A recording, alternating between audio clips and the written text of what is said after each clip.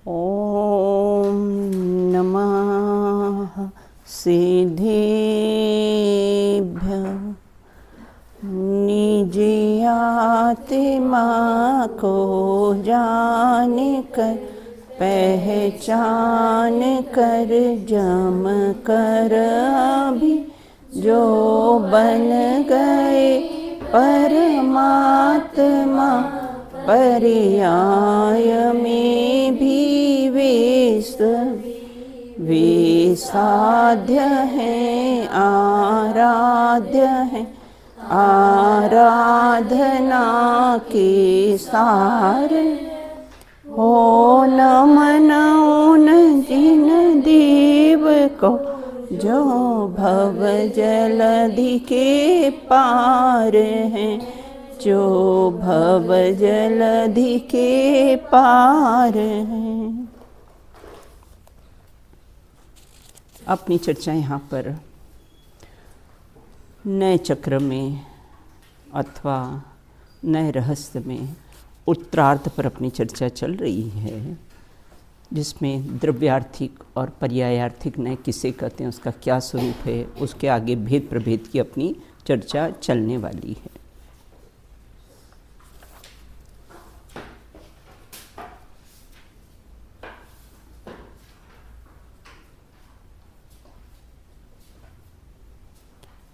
मुझे क्या करना है ये कौन नक्की करता है? मुझे क्या करना है? हाँ अदिति बताइए। मुझे समय दर्शन प्राप्त करना है जो कि आत्मा के सिद्धांत से प्राप्त। हाँ तो ये किसका अंश है बेटा? ये पर्यायांश है। और मुझे कैसे प्राप्त करना है, इस प्रश्न का उत्तर किससे आएगा? हाँ अंतरा बताइए, इस प्रश्न का उत्तर किससे आएगा? द्रव्यांश से। पर्याय पक्ष का मिथ्या एकांत कब होगा?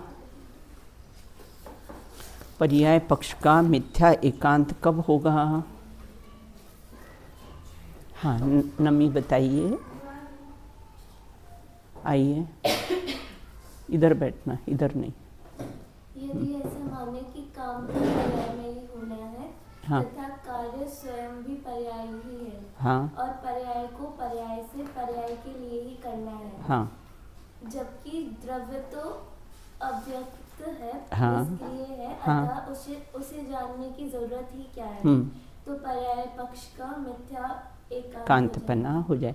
मतलब एकमात्र वो कैसा है, पर्याय को ही माने और द्रव्य को नहीं माने, मात्र समुद्र को ही माने और लहरों को नहीं माने, तो वह कैसा है पर्याय पक्ष का कैसा, मतलब पर्याय को माने ही नहीं, मतलब पर्याय को ही माने, पर्याय को ही माने और द्रव्य को कैसा है, माने ही नहीं कि द्रव्य है ही नहीं, मात्र लहरें हैं और समुद्र नहीं है, उसको माने ही नहीं, उसकी सत्ता ही स्वीकार नहीं करे ना। जो आत्मा को स्वीकार नहीं करे और कैसे ज्ञान दर्शन सुख वीर्य को स्वीकार करे, वह क्या हुआ? पर्याय पक्ष का एकांतपना हुआ।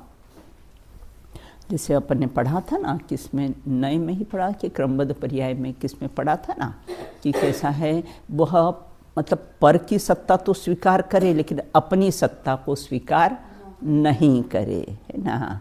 बोले ये कौन है? बोले ये पयांशी है। तो अंकिता को पूछा आप कौन है? बोले मालूम नहीं। तो अपनी सत्ता को स्वीकार नहीं करे और दूसरों की सत्ता को स्वीकार करे, है ना, ऐसा भी कैसा है एक मत होता है। उसी प्रकार यहाँ ये कहते हैं कि पर्याय पक्ष का एकांत। अब द्रव्य पक्ष का एकांतपना कब होता है और इसको अगर हम नहीं माने तो क्या हानि होगी? द्रव्य पक्ष का एकांतपना कब होता है? मुझे बहुत खुशी होती है कि 9th की अदिति हाथ उठाती है, बिल्कुल। अभी उसने कुछ ABCD भी नहीं पढ़ा है फिर भी हाथ उठाती है, बिल्कुल। हाँ कृति बताइए। यदि ऐसा माना जाए कि पर्याय बुद्धि तो मिथ्यात्व है, हाँ। वह तो क्षणिक है और विकारी है, हाँ। आश्रय तो द्रव्य का ही करना है, बराबर। अतः पर्याय को जानना ही क्यों? तो द्रव्य पक्ष का मिथ्या एकांत होने से भी सम्यक दर्शन नहीं होगा। द्रव्य को ही जाने पर्याय को नहीं, ऐसा बोलने वाले भी तो पर्याय ही है, अतः उक्त कथन स्ववचन बाधित बाधित है। मतलब मैं द्रव्य स्वभाव हूँ, ये स्वीकार किसने किया? पर्याय ही ने तो स्वीकार किया, और पर्याय पक्ष को माने ही नहीं, है ना। मात्र सिर्फ किसा है, द्रव्य को ही स्वीकार करे तो वह द्रव्य पक्ष का एकांतपना हुआ। लेकिन चक्की भी अगर देखा जाए तो दो, एक नीचे उसका द्रव्य अगर देखा जाए तो द्रव्य रूप जो नीचे का चाप है वो बेस है, और ऊपर जो घूमती है वो पर्याय रूप। बराबर है ना। जो वस्तु के दो धर्म हैं, एक स्थिर रूप और एक परिवर्तन रूप। द्रव्य स्वभाव स्थिर रहता है, पर्याय स्वभाव कैसा होता है? परिवर्तनशील होता है।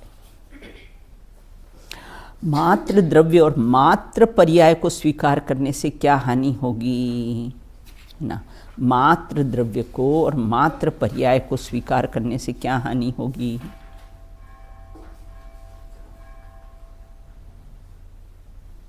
वही बात जो भी अपन ने कही थी ना। हाँ, चलो बताइए पलक।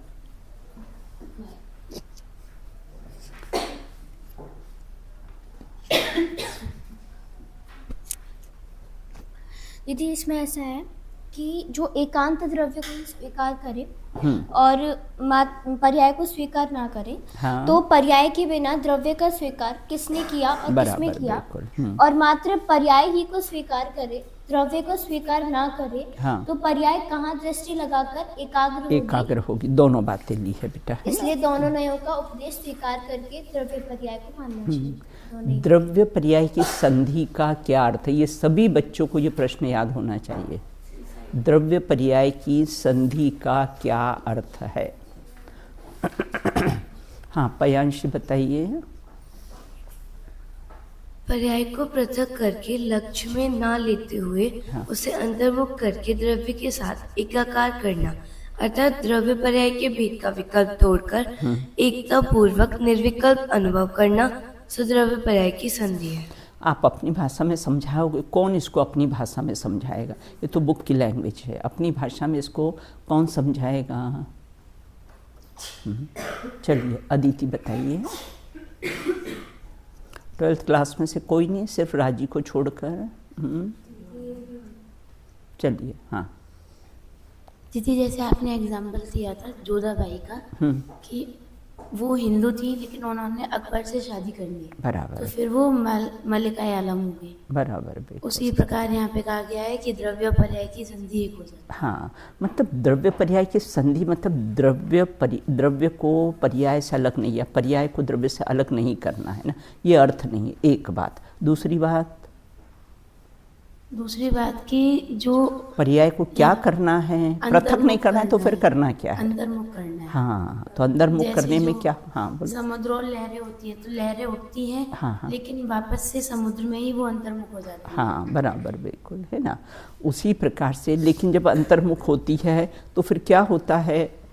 कोई विकल्प नहीं रहता कि ये द्रव्य है, ये पर्याय है, ऐसा कोई भी विकल्प नहीं रहता। एकाकार, द्रव्य और पर्याय का कोई भेद दिखाई देता ही नहीं है।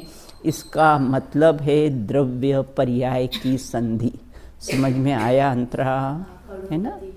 पहले शादी करोड़पति घर में हो रही है लेकिन अभी हुई नहीं है। हाँ। तो अभी से अपने आप को, हाँ, उसका मुख किधर है? वो स्वीकार किसको करती है? श्रद्धा उसकी किधर झुकती है? बिल्कुल, है ना। चलिए, अब द्रव्य स्वभाव और पर्याय स्वभाव को जानने से हमें क्या लाभ है? द्रव्य स्वभाव और पर्याय स्वभाव को जानने से हमें क्या लाभ है? हाँ बताओ आशीवन।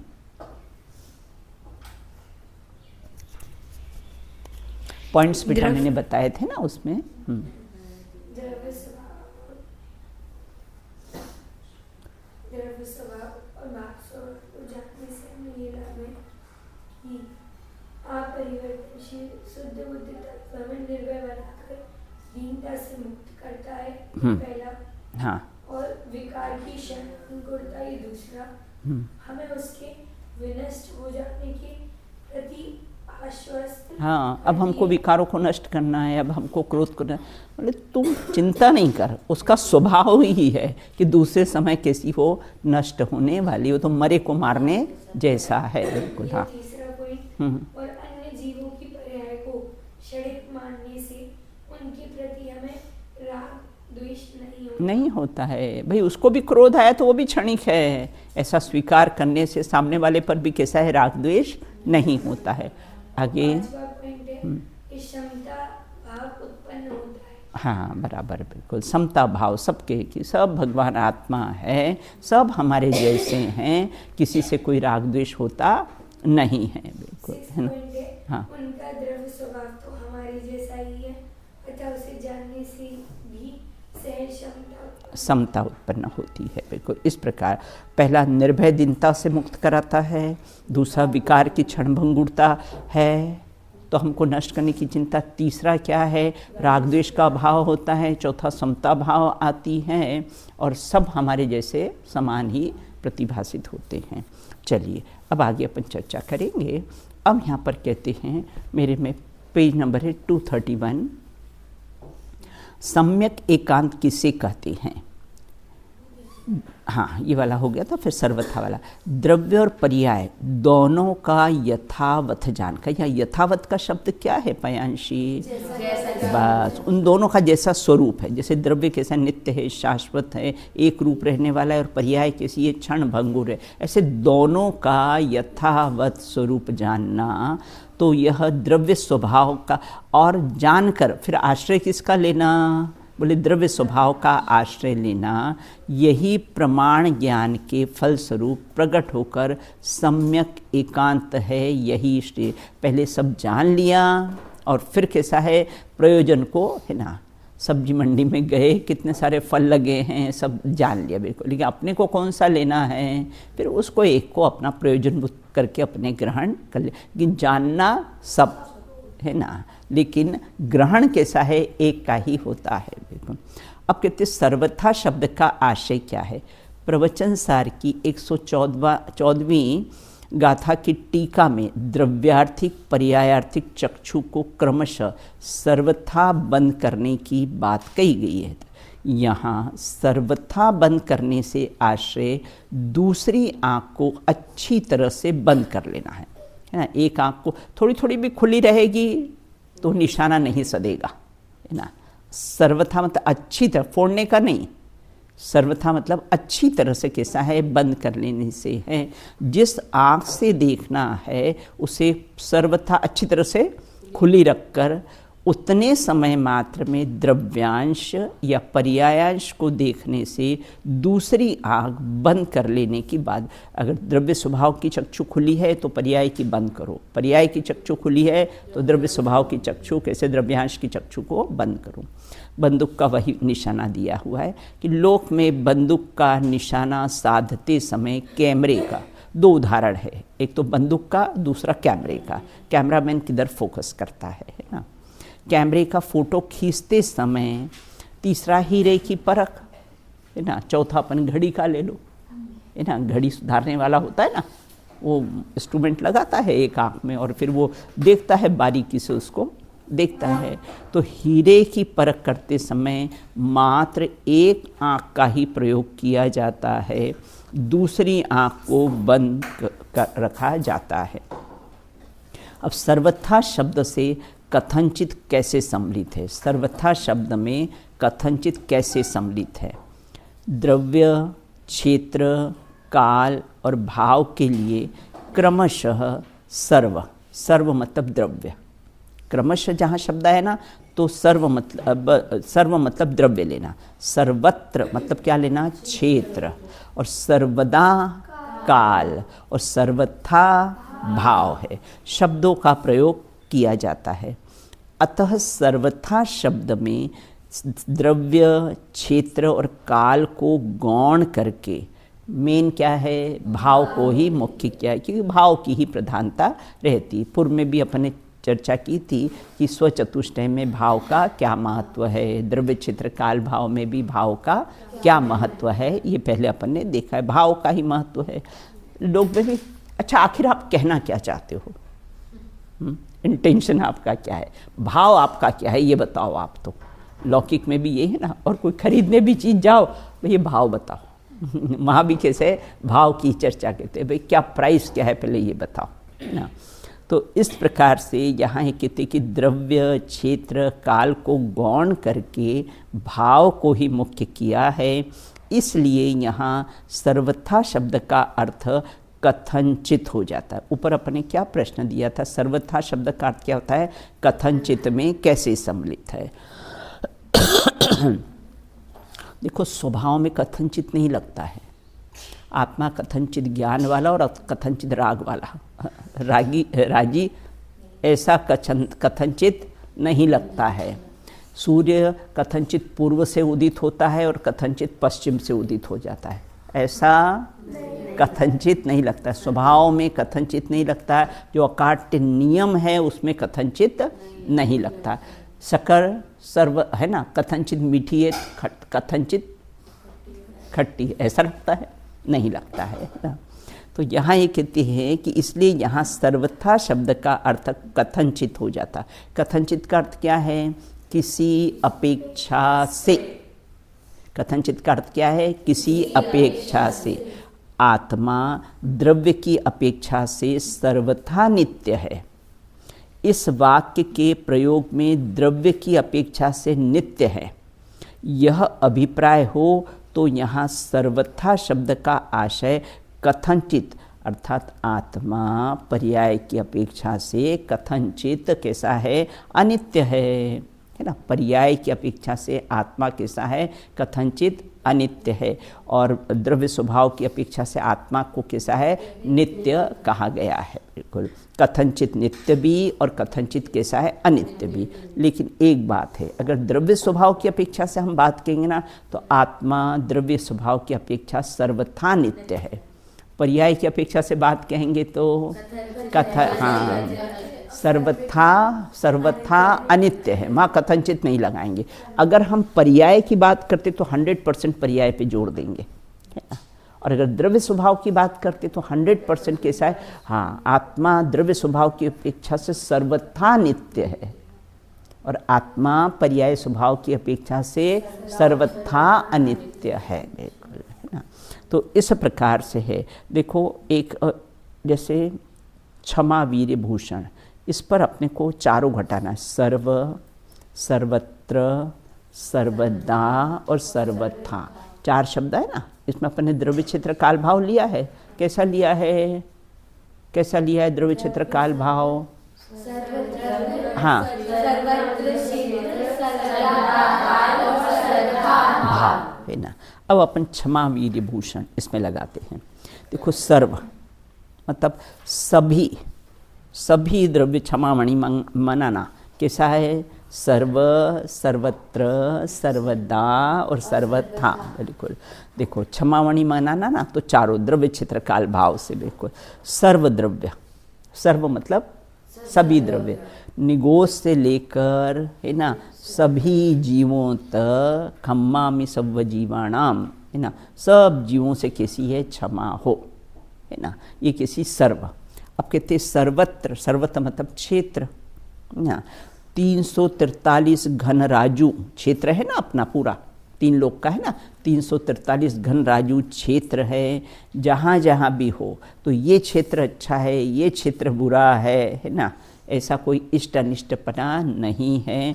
सर्वत्र मतलब सभी क्षेत्र कैसे, ढाई अपना ये है ना, ढाई द्वीप में, पूरे ढाई द्वीप में ऐसा कोई भी स्थान नहीं है जहाँ से सिद्ध नहीं गए हों बेटा। यहाँ से भी गए हैं, ऐसा कोई स्थान नहीं है जहाँ से सिद्ध नहीं हुए हैं। ये तो वर्तमान की अपेक्षा से पूज्य है। 24 तीर्थंकर वर्तमान की अपेक्षा से है ना, इसलिए अपन उसको पूज्य मानते। बाकी ढाई द्वीप पूरा ही सिद्ध क्षेत्र है। कोई ढाई द्वीप कौन कौन से हैं? ढाई द्वीप जम्बूद्वीप, खंड और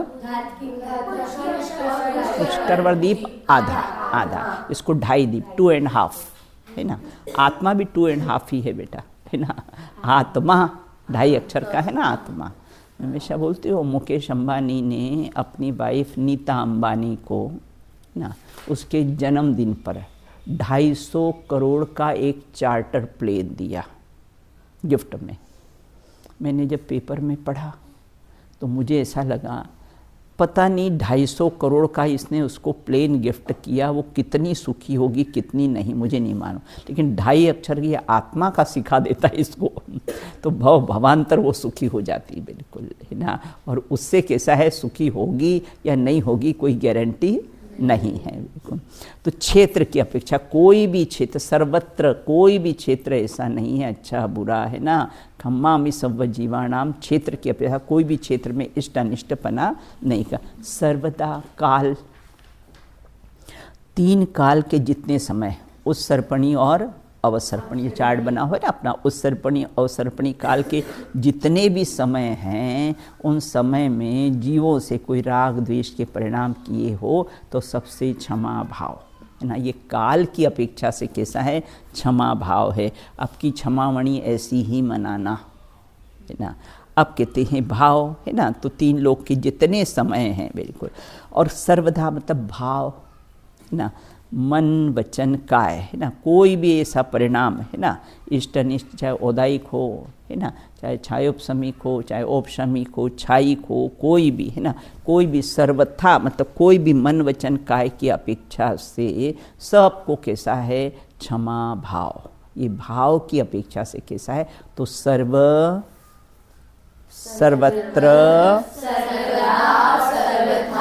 द्रव्य क्षेत्र काल भाव घटाओ,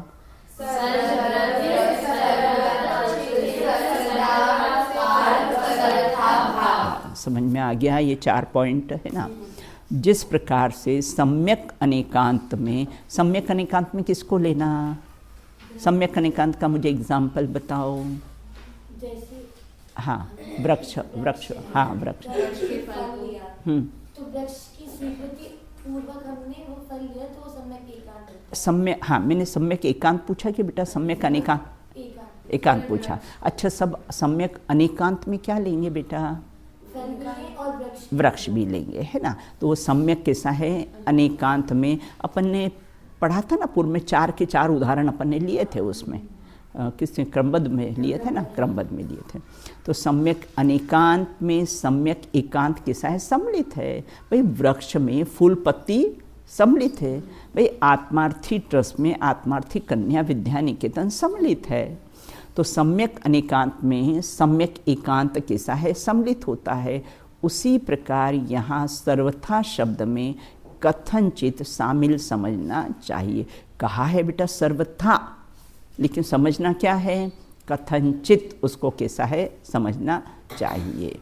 इस प्रकार सभी जीव द्रव्य, है ना, और सर्वत्र मतलब क्षेत्र, आत्मा का असंख्यात प्रदेशी, वो सर्वत्र, काल, है ना, कब पाया जाता कब नहीं पाया जाता है, भूत वर्तमान भविष्य सब में ज्ञान ज्ञान ज्ञान ज्ञान ही पाया जाता है। और सर्वथा ज्ञान आत्मा का स्वभाव है, आत्मा ज्ञानम स्वयं ज्ञानम ज्ञानादन्यत करोति।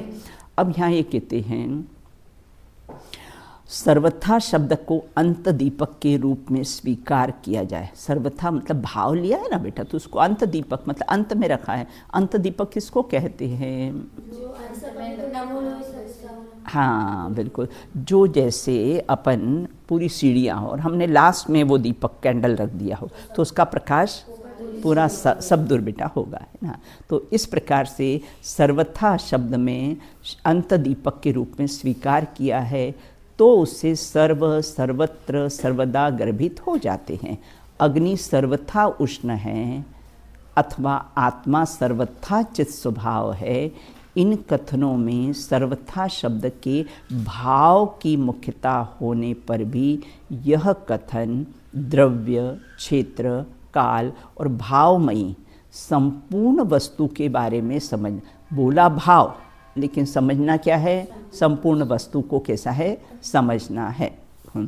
तो इस प्रकार से संपूर्ण वस्तु के बारे में कि सर्व अग्नि सर्वत्र, भाई सर्व अग्नि, अग्नि कैसी होती है, जितनी भी अग्नियां हैं सब कैसी है, उष्ण ही होती है और सर्वत्र उष्णता ही पाई जाती है। अच्छा, अग्नि आज उष्ण है फिर कल नहीं रहेगी, ऐसा है क्या, काल सर्वदा बिल्कुल हमेशा ही उष्ण रहेगी। जब स्पर्श करो तभी कैसा है, उष्ण, क्योंकि स्वभाव का कभी अभाव नहीं होता है और विभाव का कभी सद्भाव नहीं होता है।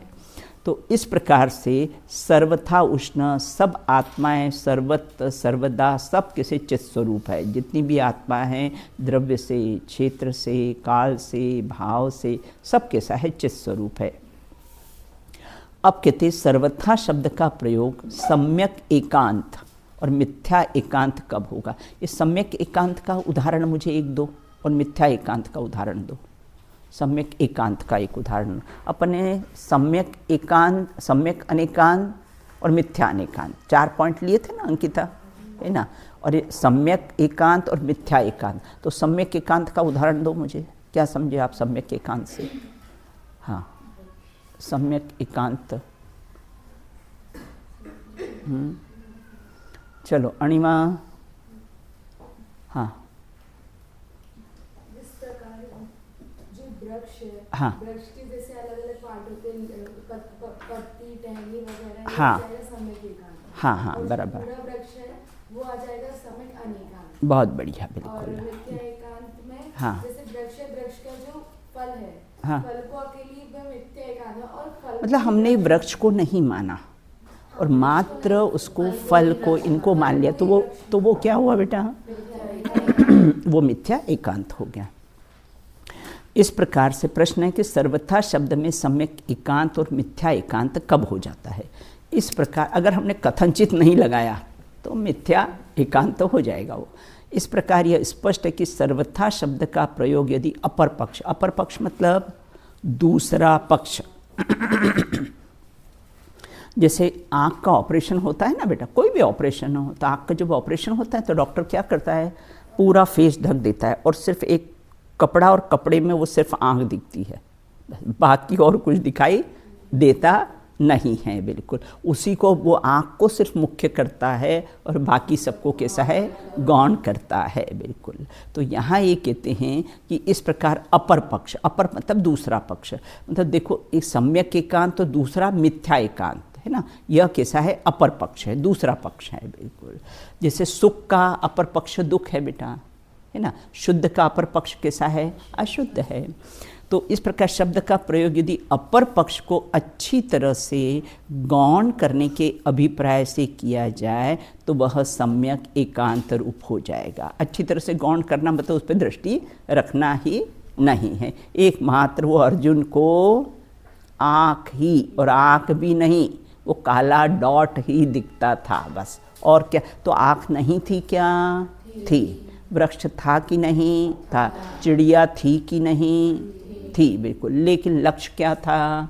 उन सबको गौण कर दिया, और लक्ष्य क्या था? एक वो काला डॉट बस। बिल्कुल ना, ये तो उदाहरण अन्य मत में आता है। अपने तो अर्जुन मोक्षगामी थे बेटा, ऐसे कोई चिड़िया को भेदा नहीं था। ये तो उदाहरण समझाने के लिए है ना। अर्जुन तो तद्भव मोक्षगामी थे, ऐसा कोई चिड़िया को निशाना नहीं साधा था उन्होंने। बिल्कुल। तो यहाँ ये कहते हैं अच्छी तरह से गौण करने के अभिप्राय से किया जाता है। ये तो अन्य मत की बात है, अपने में नहीं है बेटा, है ना। वह सम्यक एकांत रूप हो जाएगा।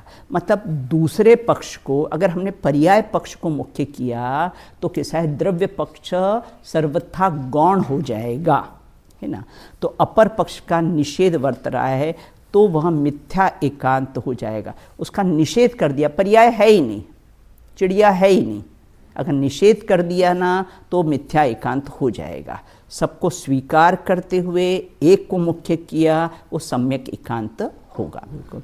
मात्र कथन से मिथ्यापना या सम्यकपना होता नहीं है। सब अभिप्राय का ही खेल समझना चाहिए।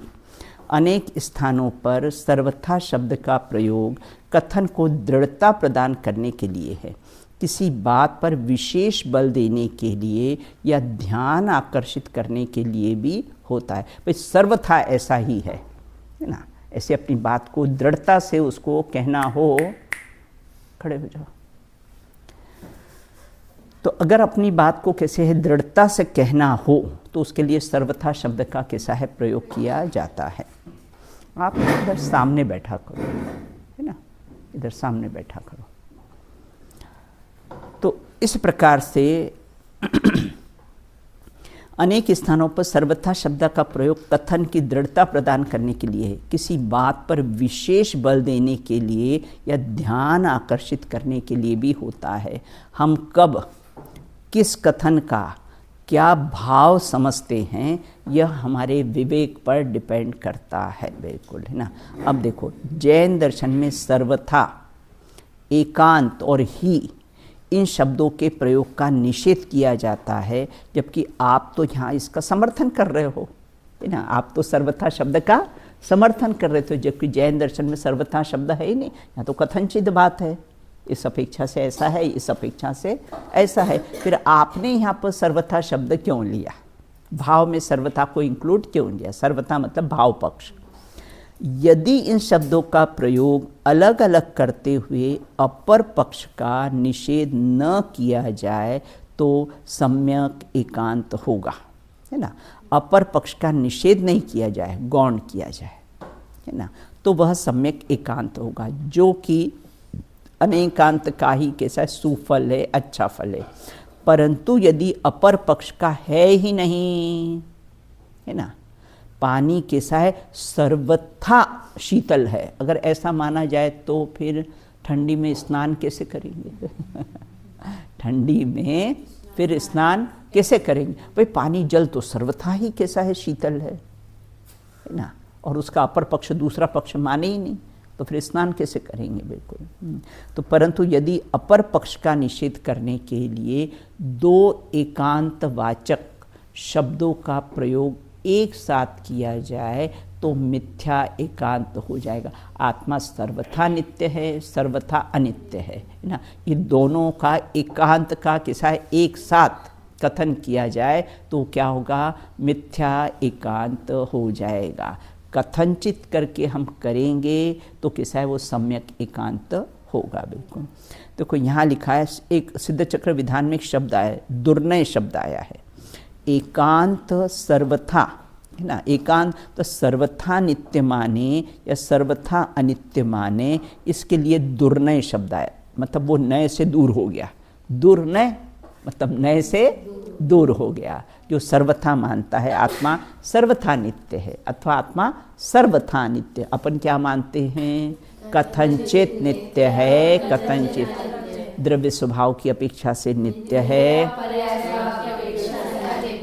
देखो यहाँ पर अपेक्षा बार बार नहीं लगाई जाती है ना, बार बार अपेक्षा नहीं लगाई जाती। पापा जी ने आवाज, जाओ तुम्हारी मम्मी को बुला के लाओ, तो पापा जी आपने किस अपेक्षा से कहा, आपकी मम्मी या मेरी मम्मी? वहाँ हम ये प्रश्न करते हैं क्या? नहीं करते, हम समझ जाते हैं। बार बार कथनचित शब्द का प्रयोग, बार बार अपेक्षा शब्द का प्रयोग नहीं, लेकिन ये मात्र कैसा है, समझा जाता है इसको, बिल्कुल। तो दुर्नय एक बात, और दूसरे दुर्नय आत्मा को भी दुर्नय कहा है बेटा, है ना, क्योंकि आत्मा स्वभाव से दुर्नय, दुर्नय मतलब नयों से रहित है, पक्षातिक्रांत, नयों से एव मुक्त्वा नय पक्षपातम, हाँ, नय के पक्षपात से कैसा है, रहित है, नयों से दूर है ना, क्योंकि अनुभूति के काल में नय कैसे है, दिखाई देते ही नहीं है, बिल्कुल, है ना। जिसको प्रमाद आता हो स्वयं भी प्रमाद को टाल देना, बिल्कुल, है ना। अब यहाँ ये कहते हैं कि इस प्रकार दो एकांतवाचक शब्दों का प्रयोग एक साथ किया जाए तो मिथ्या एकांत हो जाएगा। अतः सर्वथा एकांत का प्रयोग अनिष्ट है, तो कथनचित एकांत सहज ही इष्ट हो गया। श्रीमद् रायचंद्र जी ने कहा है, अनेकांत भी सम्यक एकांत रूप अपने निज पद की प्राप्ति के अलावा अन्य किसी रीति से उपकारी नहीं है। अपना एकांत स्वीकार किया है, लेकिन कौन से एकांत को बेटा स्वीकार किया है? सम्यक एकांत को स्वीकार, अपने भी एकांत को स्वीकार किया है, लेकिन कौन से एकांत को स्वीकार किया है देशना? कौन से एकांत को स्वीकार किया है? सम्यक एकांत को स्वीकार किया है। आचार्य समंत भद्र ने आप्तमीमांसा की 7वीं कारिका में सर्वथा एकांतवादियों को जिनमत रूपी अमृत से बाहर करके 15वीं कारिका में सदैव सर्व को निच्छेद, अर्थात प्रत्येक पदार्थ कैसा है, सत ही है, ऐसा कहकर सम्यक एकांत का प्रतिपादन किया। देखो, ही दृढ़ता का सूचक है और भी समन्वय का सूचक है। ये दो शब्द याद रखना, ही और भी, है ना। ही कैसा है, शक्कर कैसा है ना, कैसी है, मीठी ही है, तो ये क्या हुआ, दृढ़ता को। और शक्कर मीठी भी है, तो क्या हुआ, हाँ, है ना, थोड़ा ढीलापन आ गया ना उसमें, कथन में ढीलापन है। भी है मतलब फिर और कुछ भी हो सकती है वो, हाँ, भी समन्वय का सूचक है और ही दृढ़ता का सूचक है, बिल्कुल, है ना। कोई ऐसा कहते कि ये मेरे पति भी है, ऐसा कहते हैं कोई, ये मेरे माता पिता भी हैं, ऐसा कहते, मेरे माता पिता ही है, ऐसा कहते हैं ना। पर ये हमारे मम्मी पापा ही है, बिल्कुल, है ना, कि मम्मी पापा भी हैं मतलब फिर और कोई भी और भी होंगे, बताओ, है कि नहीं। तो इस प्रकार से नहीं है प्रमाण। देखो, ये वाक्य को याद कर लेना, जो रिक्त स्थान वगैरह आते हैं ना, तो उसमें ये वाक्य से आ सकते हैं। प्रमाण सम्यक अनेकांत रूप है, प्रमाणाभास मिथ्या एकांत रूप है, बिल्कुल, है ना।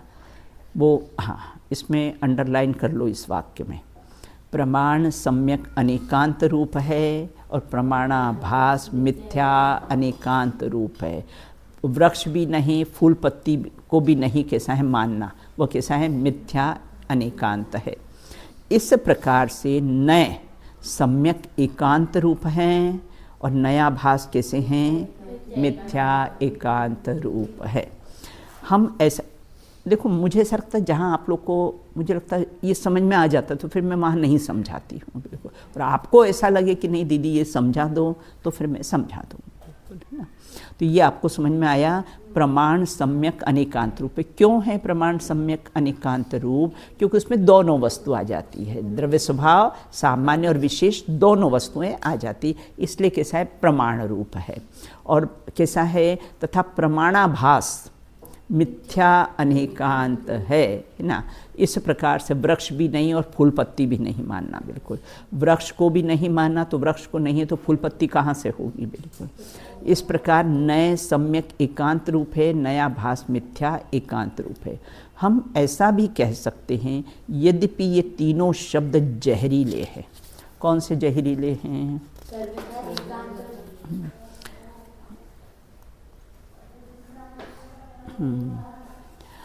अब यहाँ ये कहते हैं कि ये तीनों शब्द कैसे हैं, जहरीले हैं। कौन से? तथापि शादवाद अर्थात अपेक्षा से महामंत्र से इनका जहर उतार दिया जाता है। एकांत का जहर किससे उतरता है? अनेकांत और शादवाद से। शाद और वाद, शाद मतलब किसी अपेक्षा से, वाद मतलब कैसा है, कथन करना। तो ये जो एकांत का जो जहर किससे उतरेगा? ये तीन शब्दों से उतरेगा। अब नीचे वो तीन शब्द दिए हुए हैं। शातकार रूपी अमोद मंत्र, तीन शब्द, एवकार, सर्वथा, एकांत, और है ना, सर्वथा एका। देखो एवकार का है ना, एवकार कहो है ना, उसके तीन अर्थ बताए, सर्वथा, एवकार और ही, है ना। मैं, हाँ, एवकार में रहने वाला विरोध विष के मोह को दूर करता है। शादवाद रूपी अमोद मंत्र, जानते हो, ये सर्प वगैरह काट खाते हैं ना, काट लेते, तो उनको किससे? मंत्र से उतारते हैं ना। उनका जहर किससे होता है? मंत्र इत्यादि से। वो कैसा है बेटा? सर्प का जहर उतारते हैं ना। तो यहाँ ये कहते मोह का जो जहर अनादिकाल से चढ़ा हुआ है ना, वो कौन से मंत्र से उतरेगा? बोले शादवाद रूपी अमोद मंत्र से ही। वह कैसा है? विष का मतलब मोह है ना, उसी से ये कैसा है, मोह कैसा है, दूर होगा। तो एवकार का सर्वथा, एकांत और ही ना, ये कैसा है, एवकार के ही पर्यायवाची शब्द है। यहाँ ये बात विशेष ध्यान देने योग्य है। आजकल शादवाद का प्रयोग लोग बाग शायदवाद कहते हैं। इसको शादवाद को क्या कहते हैं? शायदवाद, समझौतावाद, शायदवाद, है ना। तुम्हारा भी ठीक है और हमारा भी ठीक है। जैसे श्वेतांबर से होते ना, वो क्या बोलते हैं? नहीं भैया, है ना, श्वेतांबर और दिगंबर एक है। वो बोलते हैं लेकिन मानते नहीं। तो फिर अगर एक है तो नया मंदिर तुमने क्यों बनाया वहाँ पर? एक है तो हमारे मंदिर में आओ ना, एक मान। दिगंबर न तो कहते हैं कि एक है, न तो मानते हैं, और श्वेतांबर एक है ऐसा कहते हैं लेकिन मानते नहीं हैं बिल्कुल। तो यहाँ ये कहते हैं कि यहाँ बात विशेष ध्यान कि आजकल शादवाद का प्रयोग जगत में प्रचलित सभी धर्मों का समन्वय करने और सत्य बताने के लिए किया जाता है बिल्कुल, है ना, कि हम सब एक है, हम सब एक है। जरा विचार कीजिए, क्या अनेक असत्य मिलकर एक सत्य बन सकता है ना। अच्छा, 100 नीम के पेड़ लगा दे एक बगीचे में, क्या वो एक गन्ने का बन सकता है ना, नहीं बन सकता है बिल्कुल, है ना। उसी प्रकार 100 असत्य को मिलाकर एक सत्य हो सकता है क्या, नहीं हो सकता। यदि नहीं तो फिर वस्तु स्वरूप के विरुद्ध असत्य प्रतिपादन करने वाले उनका समन्वय करके सत्य प्रतिपादन कैसा हो सकता है ना। वस्तु स्वरूप के सब विपरीत हो, बोले देखो आप बहुत सेल्फिश हो, जैन लोग बहुत सेल्फिश, दिगंबर लोग किसी में मिलते ही नहीं हैं बिल्कुल, है ना। तो बोले तुम तो समझौता कर लो बिल्कुल, सत्य में समझौता हो ही नहीं सकता है बिल्कुल, है ना। हाँ, हम वीतरागी को माने और तुम सरागी को माने, अब किसे समझौता करें। हाँ, बोले समझौता कर लो बिल्कुल, है ना। बोले समझौता हो सकता ही नहीं है बिल्कुल। देखो सत्य को संख्या की ज़रूरत नहीं होती, सत्य हमेशा अकेला ही खड़ा रहता है। सिंह जंगल में कैसा होता है मान्या, अकेला, और भेड़े झुंड में चलती है, और सिंह कैसा, ऐसे सत्य को संख्या की कोई ज़रूरत नहीं, और सत्यवादी हमेशा अकेला ही चलता है बिल्कुल, है ना। तो इस प्रकार से देखो इसमें पूजन की पंक्ति में दुर्नय कहत एकांत को ताको अंत कहा है, सम्यक मति प्रगटाइए पूजू तिनके पाए बिल्कुल, है ना। जो एकांतवादी है उनको दुर्नय कहा है, और जो सम्यक मति है उनको मैं पूजन करता हूँ बिल्कुल, है ना। मैंने सोचा था आज ये विषय पूरा कर दूंगी, आज ये चैप्टर समाप्त तो होने वाला था 12वां अपना चैप्टर, लेकिन अब अपना समय हो गया है, समय अपना हो गया है। अब इसको अब कल जो अपन लेंगे इसको थोड़ा सा यहाँ पर स्टॉप कर देंगे, थोड़ा ही और भी के बारे में भी अपन समझेंगे। अभी नहीं, आज तो शाम की अपनी क्लास रहेगी ना, हाँ शाम की क्लास में ये पूरा कर देंगे बेटा, इसको है ना पूरा कर देंगे। फिर कल अपन यहाँ पर समझेंगे द्रव्यार्थिक न्याय के भेद प्रभेद। ये कल सुबह तो अपनी क्लास नहीं लगेगी, कल दोपहर में नहीं, कल 1 तारीख है ना, हाँ नहीं कल, हाँ कल गोष्ठी, कल सुबह तो लग जाएगी बेटा, कल सुबह लगा ले क्लास, है ना। कल सुबह लगा लेते, कल दोपहर में तो गोष्ठी है बेटा, है ना, तो कल सुबह लगा लेते, कल दोपहर में है ना, कल 1 तारीख है ना, हाँ क्योंकि परसों तो 2 तारीख के बाद सब चिड़िया उड़ जाती है बिल्कुल, कोई रहता ही नहीं यहाँ पर, अपन तो फिर अपना रूटीन। तो कल अपन कैसी है, आज शाम की लगा लेते हैं, ये पूरा हो जाएगा। फिर कैसी है, कल सुबह की लगा लेते हैं, फिर उसके बाद है ना फिर अपना ये 13वां चैप्टर कैसा है प्रारंभ अपन करेंगे। 12वां चैप्टर अपना समाप्त हो गया है बिल्कुल। चलिए कोई कलश बोल लो बेटा, ये लो, ये ले लो, हाँ चलो वो वाले बोल लो, एक कसबद्ध बोल लो, हाँ एव मुक्त्वा बोलो 69 का। मुक्त्वा नय पक्षपात स्वरूप गुप्ता निवसन्ति नित्यं विलयन् स एव साक्षात् मृतं पिबन्ति।